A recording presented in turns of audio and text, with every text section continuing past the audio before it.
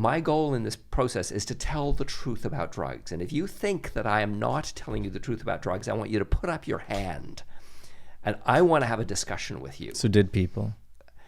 Not normally, because I actually told the truth about drugs. The essential model that drove me was there's no such thing as a good drug and there's no such thing as a bad drug. Any drug can be used for benefit or harm, depending on the context of use. Any drug. And I'd go through that exercise. And I would say, name a drug. And then we go through the benefits and harms of that drug. And that included tobacco. Wow. And indigenous use of tobacco was ceremonial and spiritual and wonderful and binding of communities together and very helpful for them. And then white man came and they distorted the whole damn thing. Absolutely, and they twisted and they turned into these white things that people smoke that are completely pipe. addicted and kill people. Yeah. So if you name a drug, I can name you a benefit and a harm of that drug. Heroin. Okay, well, opiates are very useful in the control of pain. And they're a drying agent, and so if you have diarrhea and you take a drying agent, it will help dry that wetness that's going on in your body. Well, everyone who's had opiates has felt that constipation, man. Yes. Yeah.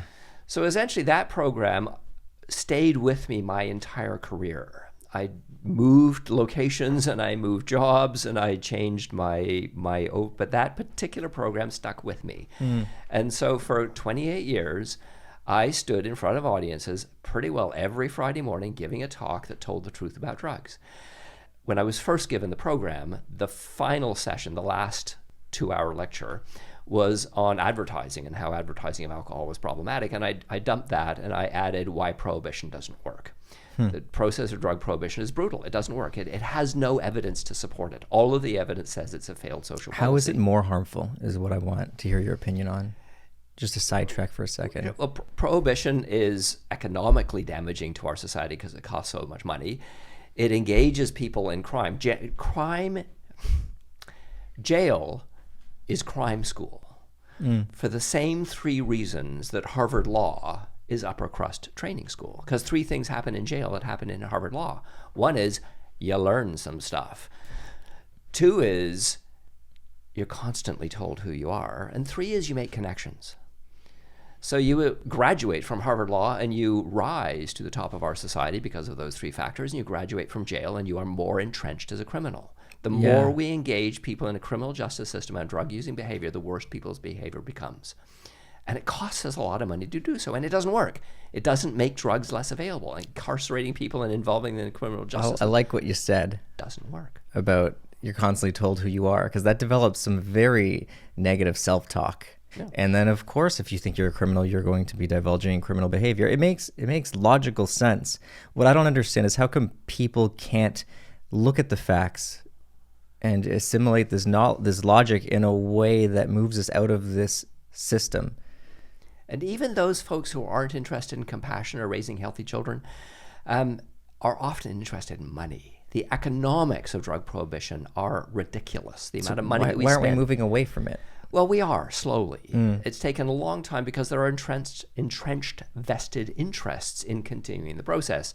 It's interesting, I find, when the jail guard union talks in the United States about whether cannabis should be legalized or criminalized. That's a bizarre question to ask a jail guard. But nevertheless, we are slowly moving away from that, and we are discussing other options to drug prohibition. And so that discussion, when I started that discussion, I had people showing up angry, like viscerally angry. I had people sitting in the front row just shaking that I would dare confront the wall of drug prohibition and say, well, actually, let's look at the evidence. Let's just look at the evidence for this very expensive social process that's harming our children. And I would have people yelling at me. I would have people just so angry they're shaking. And I just persisted. I just talked about the evidence, and I just shared the research again and again and again. And that program evolved over decades. Slowly, I started talking about psychedelics because the evidence is accumulating for the benefits of psychedelics. And it's interesting because I worked for a large, complex health bureaucracy as I was doing this. And every once in a while, I would get a new manager who would walk into my office and say, how can you do this? And what I would say was, what I say is evidence-based. here is my evidence. And I would hand them a very large manual of what I had accumulated. And I would say, if you'd like me to change what I say, show me the evidence. And lo and behold, they would go away and ponder what I said. And I continued that program for my entire career. And largely at the end, I was spending a lot of time talking about the benefits of psychedelics. It's interesting how it naturally transitioned towards that. Yes. So would you say they are some of the most undervalued drugs in society? Like, a lot of people underestimate their potential for good? Hugely undervalued. I mean, certainly if you think about why drugs and why psychedelics were criminalized back in the 60s, it wasn't about the drugs. It was about the cultural context of the drugs. It was Tim Leary speaking out widely, but his message of tune in, turn on, and drop out was a disconnecting message. It was about not being part of society, which was completely unprecedented. All psychedelic use by indigenous communities was about engaging people in society and connecting people with spirituality. And so this was the first disengaging message, and it did not resonate with those in power who really wanted at the time the Vietnam War to be fought. And so we really had a cultural divide. We had the hippies and the radical protesters against the war on one side, and we had the people that really wanted the war on the other side. And the folks with power did what often folks with power do, is they criminalized the drugs of the people who they wanted to marginalize. And so many drugs were criminalized, and psychedelics were part of that. And so that's why psychedelics were criminalized. And it's interesting because in Canada, we had a 15-year period where the research was intense, looking at 3 psychedelics, mescaline, psilocybin, and LSD, in the context of psychiatry. And there was a huge number of research papers written during that time, and all of that got washed away by the cultural battle that happened. And so partly what I would like to do is to bring that research back into the table. I mean, it's interesting. My life partner is a psychiatrist, and she's a relatively recent graduate. And with some interest, she observed that the psychiatric training that she got mentioned psychedelics, and they were the fear-based sound bites. There was no acknowledgement of the intense involvement of her career looking at the benefits of psychedelics in Canada for many, many years, 15 years. And so we need to bring that back. We need to bring our Canadian history back. We need to actually bring psychedelics back into healing. That is my life goal. Is it happening slowly? Slowly and surely. Yeah, in fact, there's a psychedelic renaissance going on. When did that start, the Renaissance? Well, I mean, Rick Doblin has been persistent like crazy in bringing it back. But I believe, and I don't know exactly what happened, but I believe that there was some individual in the FDA who essentially looked at the drug discovery process. So if you want to scrape the guts out of a sea cucumber and turn it into a bowel inflammation disease, curative agent, a treatment for, if you want to find a new drug, if you want to discover a new drug and you want to market it for some indication, then you have to go through a very, very intense, complex analysis of animal safety, rodents and pigs, and then human safety, and then you have to prove effectiveness, and you have to prove effectiveness with a very large population. It's millions of dollars. It's very, very complex, intensely rigorous.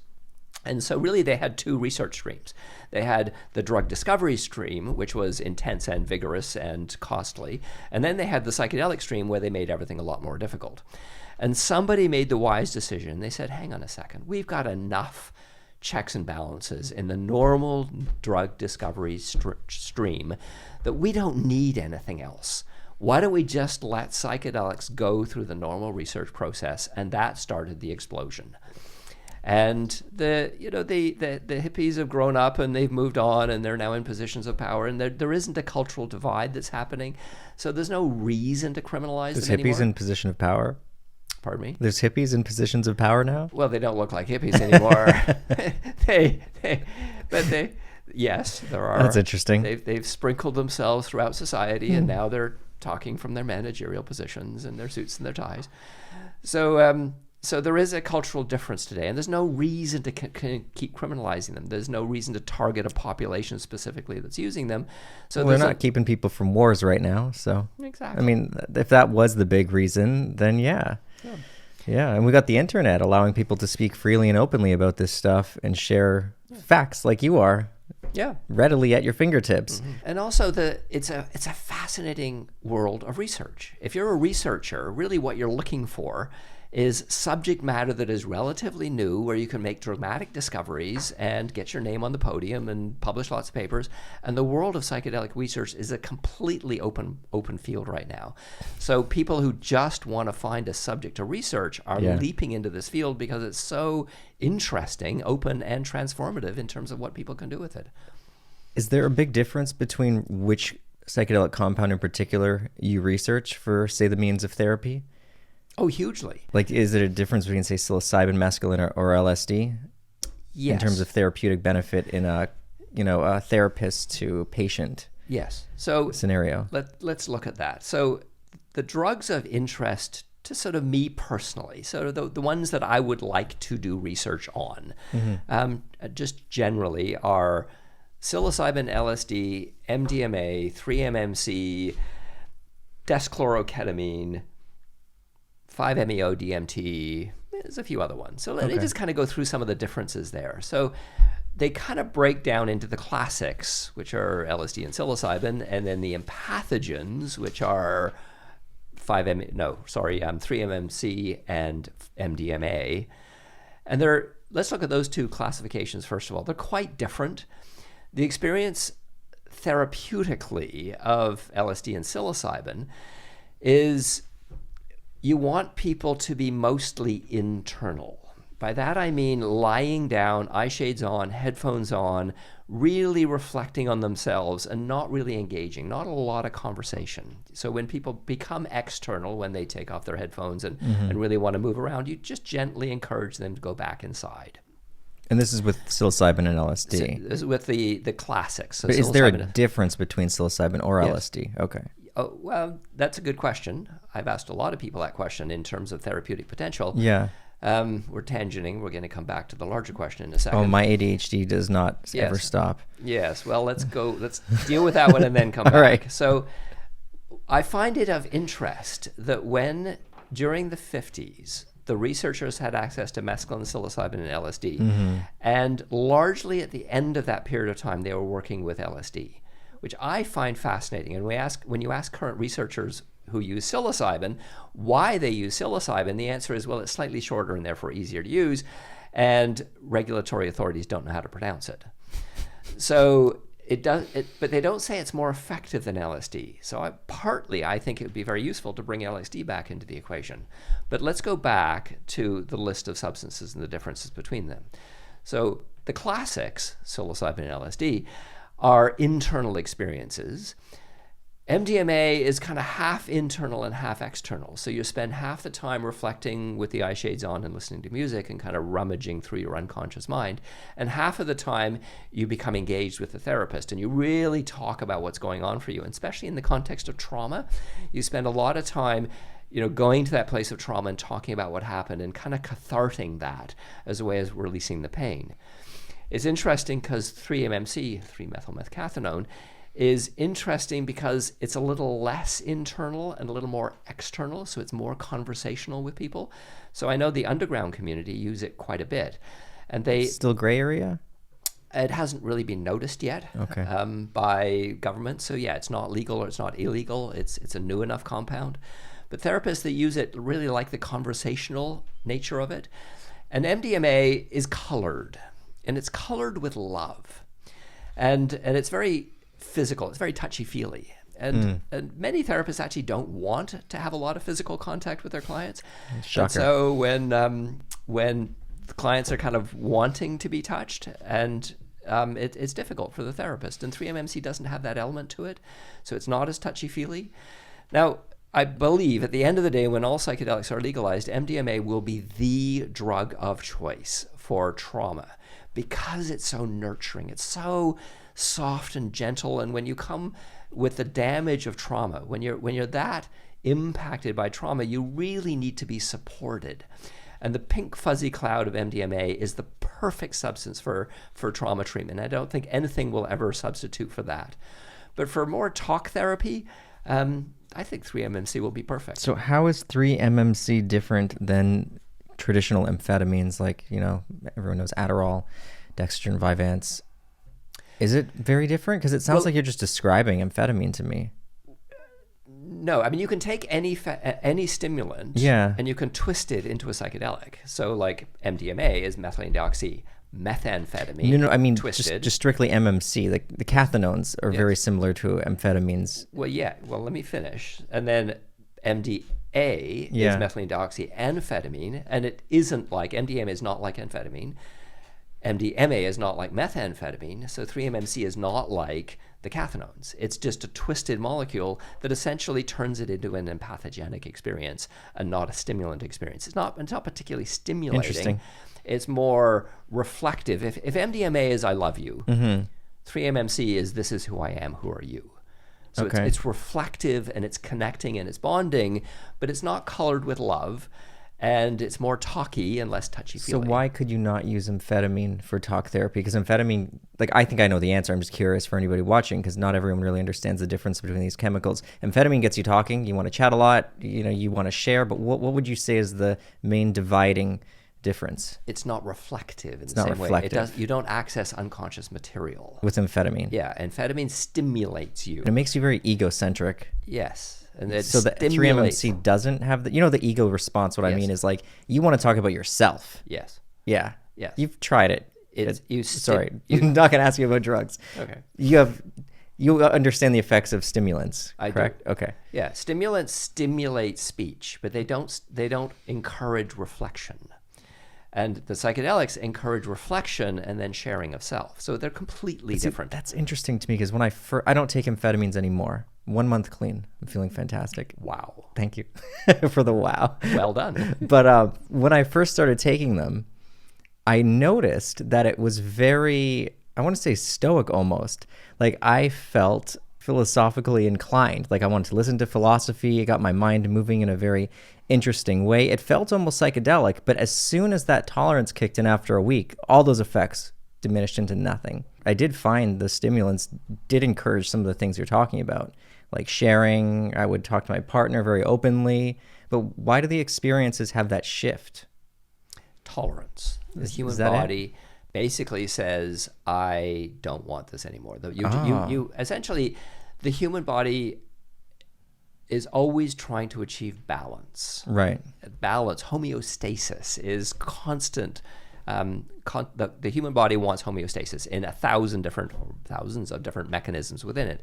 So when you go out of homeostasis or out of balance by introducing a new chemical into your body will respond in the opposite direction. I see. Yes. I see. So how do you avoid tolerance? I know we're totally off on a tangent. Fully understand. We'll so the point of a podcast is we have conversations. Yes. So it's okay to go on tangents because it's natural. Okay, all right. We'll flow. Yes. We'll flow. Absolutely. That's why the shrooms are there in case you want to go off on a real. But we will come back. We will come back. Let's end my tangent. Sorry, continue. So, okay, I'm coming back to the question of which psychedelics offer which different experiences therapeutically. I like that you can bring it back. I don't have that ability. This is good. Okay. All right. Right. Yeah, very linear. Just repeat myself. Yes, absolutely. That's why I'm doing what I'm doing. The classic psychedelics are also helpful in terms of spirituality. And if you think about the mystical experience that they can now measure, the mystical experience that the classic psychedelics offer is correlated highly with positive treatment outcomes. So when people have a profound mystical experience, they tend to come back and be able to change their lives. And so what LSD and psilocybin offer are a sense of connection to the universe and one's own perception of the divine. And that's actually curious itself, because Christians find Christ, Buddhists find the Buddha, agnostics find the whole universe. So it's generic spirituality that people find. And that sense of spirituality is incredibly healing for people. The classical psychedelics offer a sense of disorientation of the ego. So something like alcoholism, where you've got this fixed, rigid ego structure that really needs to be shaken up to help people heal. The classical psychedelics are really, really good at that. Sounds like we're talking about some symphonic music, the classicals. Right. That's where my brain goes. Right. Well, the classical psychedelics. And then there's all the other ones. The empathogens are really good at reflecting on self, finding unconscious material, and sharing. But then there's things like 5-MeO-DMT that it just seems to be therapeutic in a way that is very, very hard to describe. Is it, though, hard to describe? Doesn't it just encourage spiritual experiences or religious type experiences? Well, it also encourages reflection on self, like access. One of the things that psychedelics do is they reduce the permeability between the conscious and the unconscious mind. Oh, for sure. And so understanding where this thing comes from in your brain is what psychedelics tend to do. And 5-MeO specifically is quite helpful for that. Now, with all these substances, I'm talking about in the context of therapy, because there's tons of examples of people taking psychedelics in non-therapeutic or destructive contexts, and they have horrible experiences. And we don't have to go too far, says he, tangenting again, to look at the MK Ultra experiences with the CIA and the horrible things happened when you give unwitting experiences to people, high dosages of psychedelics to unwitting people, and then you put them in horrible situations. Nothing good ever happens from those experiences. And people argue that, though. Have you heard the arguments? There's no such thing as a bad trip. It's just teaching you something about yourself that you got to face. Well, if you voluntarily took it and you knew what you were doing, you could make that argument. If you've been given it and you have no idea what this thing is and you're put in a bad situation, I think only negative things happen. Yeah, I feel that. So I think the research, the mind control research that was done historically was just plain obnoxious and harmful, and nothing good ever happened from it. And so there's a range, getting back to my list, there's a range of different psychedelics that offer a sense of either spirituality, reflection on self, ability to share self, or access to unconscious material. And also the bonding process is powerful.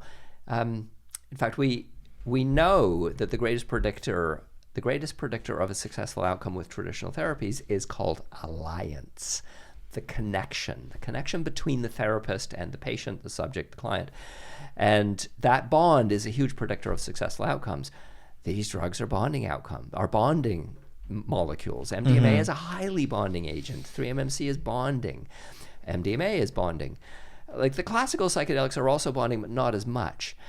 And so that connection that gets formed between people is wonderful in the context of therapy, because you really need to connect and trust your therapist, and that's really helpful in that process. Can you argue, though, that a lot of people who take MDMA, again, recreationally, I understand it is very different than therapeutically, but just in the context of the bonding potential, there are a lot of folks who take, as they would like to call it, Miss Molly. They start relationships on it, and then they sober up, and all those bonds that they made feel like they're just flimsy as hell. It just shatters as soon as the drug wears off. How do you ensure in therapy that the bonds stick? Well, so let's go back to recreational use of MDMA. So what you've just described is sort of meeting somebody new and being bonded only in the place of chemical, and you don't have any other foundations. But the other experience also happens that people who do have solid bonds, people are married, and their relationships are, a little stagnant, and they have a lot of commonality, and they do love each other. They're just a little bit stale. And then they try MDMA as a way of helping to build their relationship, and it's a fabulous experience. They really, really, really appreciate it. So it can be used constructively, recreationally between couples. And quite frankly, I would love to do research on that. Right now, we can't, because our goal and our process of legalizing is you need a diagnosis. You need to prove that it's effective against a certain diagnosis, and there's no diagnosis associated with a stale relationship. But certainly psychedelics can be incredibly helpful for people in the context of relationships to just refresh and reinvigorate their love for each other. So the difference between the two is intent? And history. If you just met somebody at a party and you fall in love. But your therapist, you could have just met your therapist. I'm assuming they have experiences with a therapist prior to taking the drugs, like they all get acquainted, they get comfortable. Do they have therapy sessions sans drugs first? Oh, absolutely. Okay. Yes, absolutely. Yeah, you have to connect with the therapist. See, I understand this. I'm just trying to think in the terms of people watching who don't really understand, and their whole experience with MDMA would be at a club. There are a lot of people, they can't conceptualize something in a new context without actually having the personal experience of being there. So they're going to hear MDMA is creating these bonds, and there's a lot of people, I can visually see the comments. The bonds are fake, they're synthetically induced. It's not like a real it's not genuine. So the argument people have with, say, MDMA versus LSD is they say that when you have that bonding experience with acid, it might not be, well, it's not going to happen as expectedly. Like it's more sporadic when it does happen, but when it happens, it's more real. It feels like a genuine bond, almost unbreakable. But then when you have that same bond on MDMA, it's fake. Well, it feels real. So yes, there's a chemical element to it, but it feels real. And in the context of therapy, it works. It really helps to allow people to work on their unconscious material because they feel safe. Well, it doesn't matter about our opinions. The empirical evidence is saying that it works. It works. So, yeah. And so it creates safety. And in that context of safety, people can go and explore highly difficult things in their brain. You know, trauma that they haven't been able to talk about for years. In the context of safety, they can have that cathartic experience and release it and essentially heal from the process.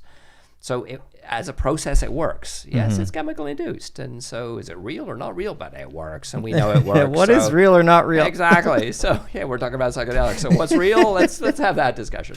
That'll go on for a while. Okay. Oh, man. Yeah. I see. That's interesting.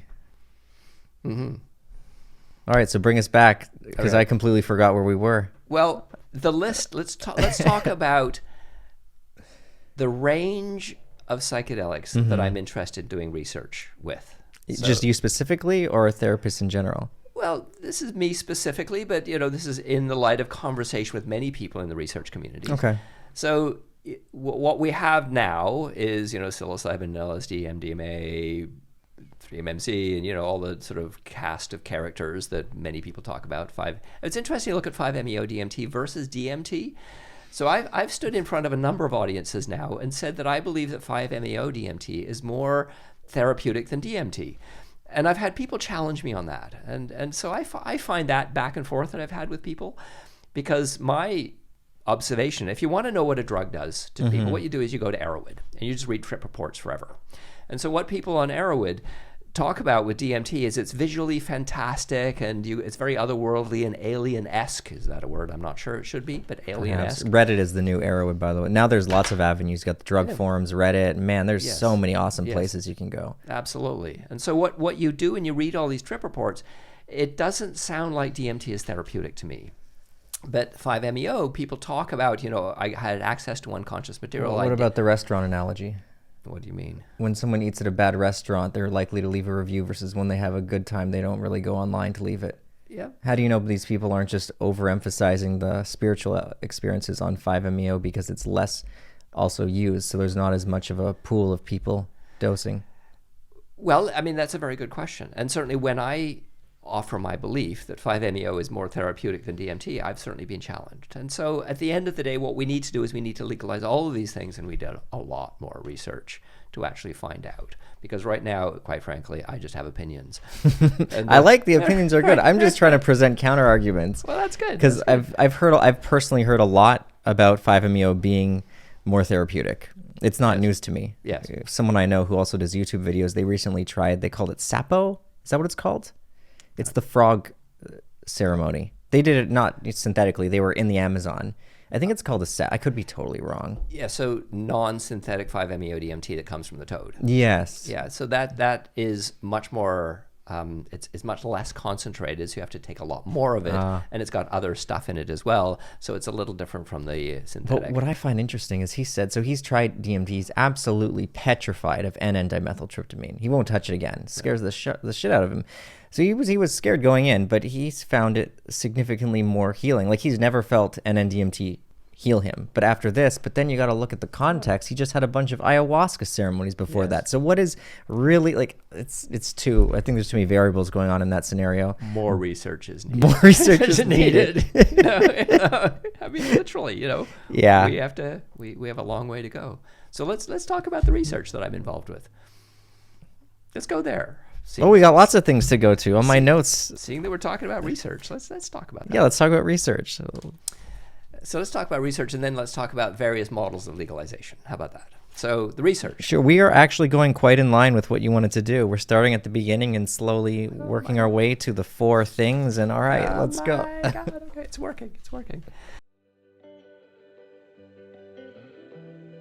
MAPS Canada will only exist if we get funding. Psychedelic legalization needs support, and it needs support from a huge number of people who donate a small amount, and the occasional person who donates a large amount. But we can legalize psychedelics. That is my life goal, is to bring psychedelics into our people. And we need financial support to do that. There is no other path. Totally agree. This is how we make this shit legal, guys. You want this to happen. Follow the links popping up here and down below to donate to MAPS today. MAPS Canada. Donate to MAPS Canada today. And yeah, sounds good. Thank you again for being on. Thank you, Adam. Awesome. Okay, we're done. We can wrap it up.